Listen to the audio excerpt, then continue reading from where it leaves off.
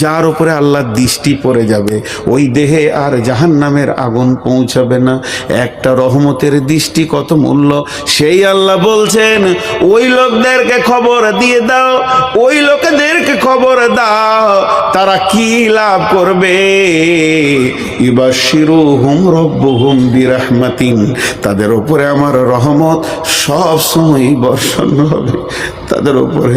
আল্লাহ কোরআনে বলেছেন ইয়াউমা তাবিয়াজ্জু উজুহু ওয়া তাসওয়াদ্দু উজুহু ফাআম্মাল্লাযিনা সুওয়াদ্দাত উজুহুহুম আকাফারতুম বা'দা ঈমানিকুম ফাযুকুল আযাবা বিমা কুনতুম তাকফুরুন ওয়া আম্মা লাম ইয়াজ্জাত উজুহুহুম ফাফি রাহমাতিল্লাহি হুম ফিহা খালিদুন। কি হলো তোরাতে? হায় আরে নসিব, আমি এখন বায়ান করছি, আমি গেলে তোমাকে বলবো। আহা আমার এখন ভক্ত বহুত হয়ে গেছে, আমি খালি পীর হতে বাকি আছি। আল্লাহ তাবারক ওয়া তাআলা বলছেন ওই রহমত, দামি মহব্বতের রহমত ঝুরঝুর ঝুরঝুর করে তোমার ওখানে বইবে।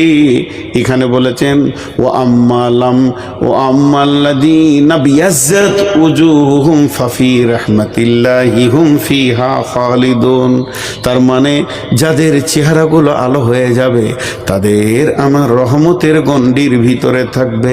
কিয়ামতের কষ্ট বুঝবে না, হাসরের কষ্ট বুঝবে না, পুলসেরাতের কষ্ট বুঝবে না, তারা আমার রহমতের গণ্ডিতে জীবন কাটাবে। শুধু তাই নয় বন্ধুরে, ওয়ারে জোয়ানিও, আর তাদেরকে 4 নম্বর খবর দিয়ে দাও আল্লাহ তাদের ওপরে রাজি আছে। রাজির মজাটা দেখবেন, হাত তুলে দোয়া করা বেদাত সব বলছে আলেম, আমার আবার অতটা জ্ঞান নেই, বুঝি না।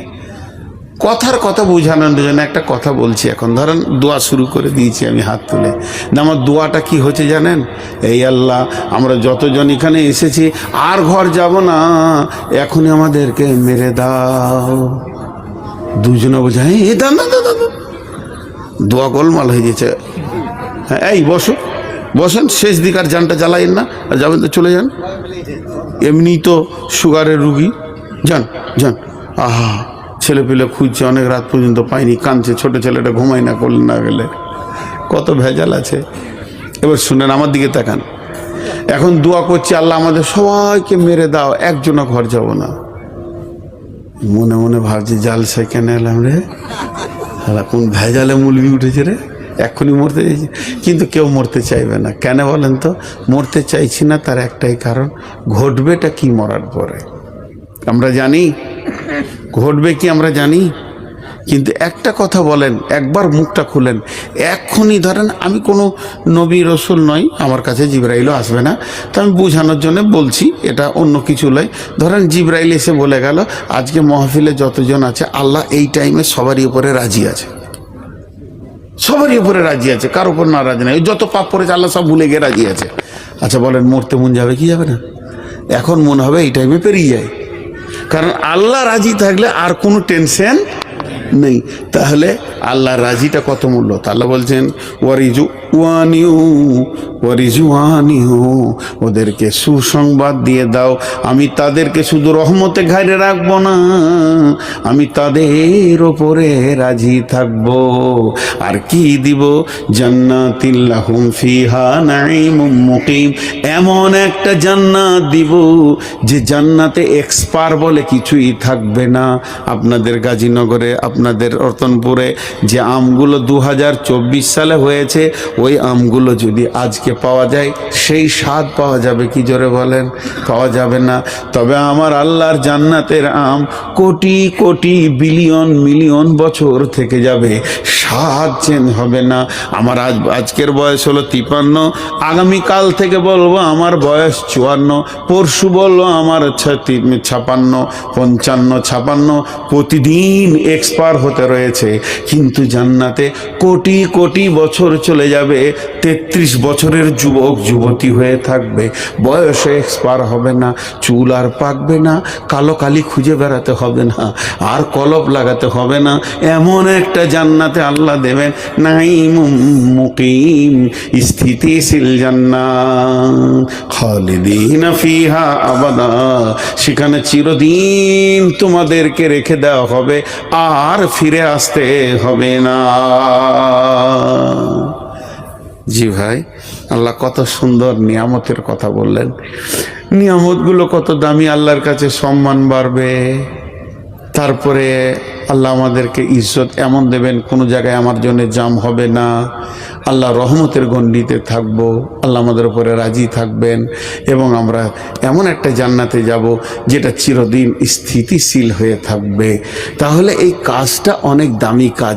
আজকে যেই যুবকরা তাবলিগি জালসা করেছে, বলি শুধু তাবলিগকেই কেন্দ্র করে আমি কথাগুলো বললাম, কারণ এই কাজটা অনেক বড় কাজ, তাবলিগি কাজ।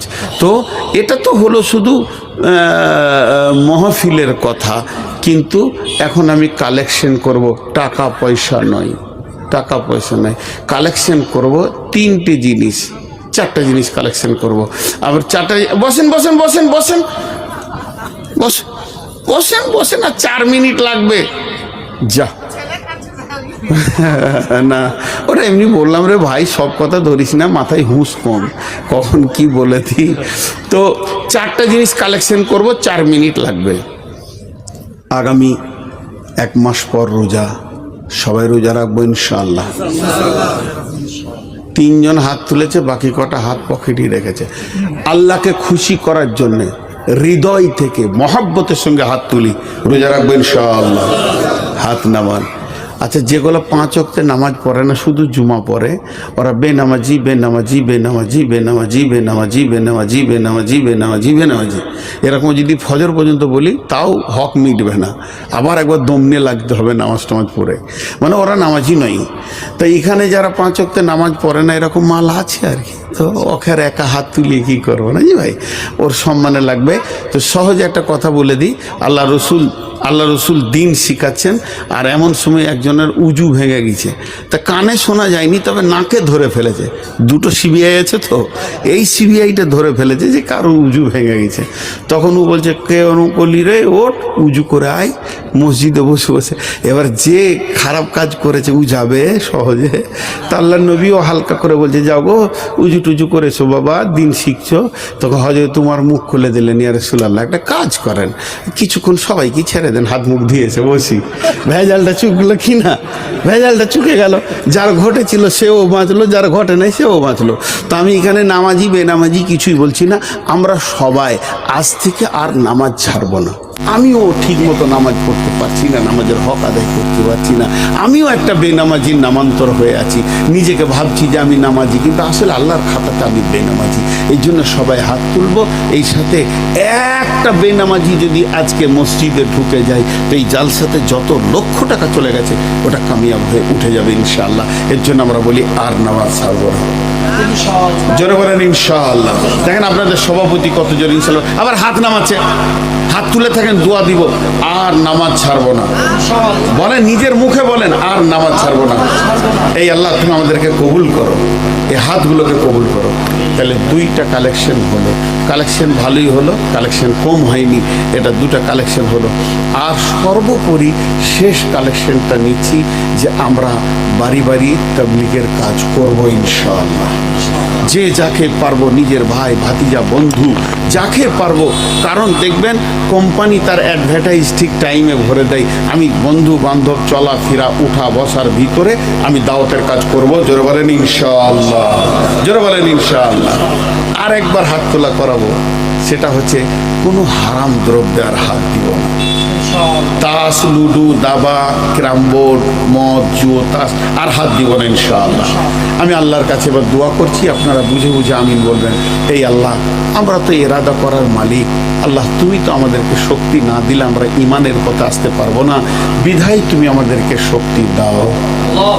এই আল্লাহ, এই মাহফিলের আয়োজন যারা করেছেন, শোনার জন্য যারা এসেছেন, সকলের জন্য এই মাহফিলটা দুনিয়ার জন্য হেদায়েতের জারিয়া বানিয়ে দাও, আর আখিরাতের জন্য নাজাতের জারিয়া বানিয়ে দাও। আল্লাহ, আমার মতো বেঈমানটা চেয়ারে বসে, এই লোকগুলি যত বেঈমান একদিকে চাপাইলে যে ওজনটা হবে তার থেকে 99 গুণ বেঈমান আমি নিজে। আল্লাহ, আমাকে তুমি হেদায়েত দাও। আল্লাহ, শ্রোতা বক্তা উভয়কে তুমি হেদায়েত দাও। আল্লাহ, আমাদের প্রত্যেককে তুমি হেদায়েত আম করে দাও। সারা পৃথিবী যত মুসলমানের উপর অত্যাচার করছে বেঈমানের, আল্লাহ তাদেরকেও হেদায়েত দাও। তোমার কলমে যদি হেদায়েত না থাকে তো ধ্বংস করে দাও আল্লাহ, তাদেরকে নিসমূলে শেষ করে দাও। এই আল্লাহ, আমাদের মা বাপ ভাই বোন আত্মীয় স্বজন, চিকিৎসক ডাক্তার মাস্টার ইমাম মজ্জিন, আমাদের ওস্তাদের ওস্তাদ, ছোট যার কাছে কায়দা পড়েছি, আমাপাড়া পড়েছি, বুখারি পড়েছি, এইরকম আমাদের যত শিক্ষক থেকে নিয়ে রসুল পর্যন্ত, সাহাবী পর্যন্ত যারা কালেমাকে নিয়ে কবরে গেছে, আল্লাহ তাদেরকে তুমি মাফ করে দাও। আল্লাহ তাদেরকে তুমি ক্ষমা করে দাও। সকলে আমি আপনাদের কাছে দোয়া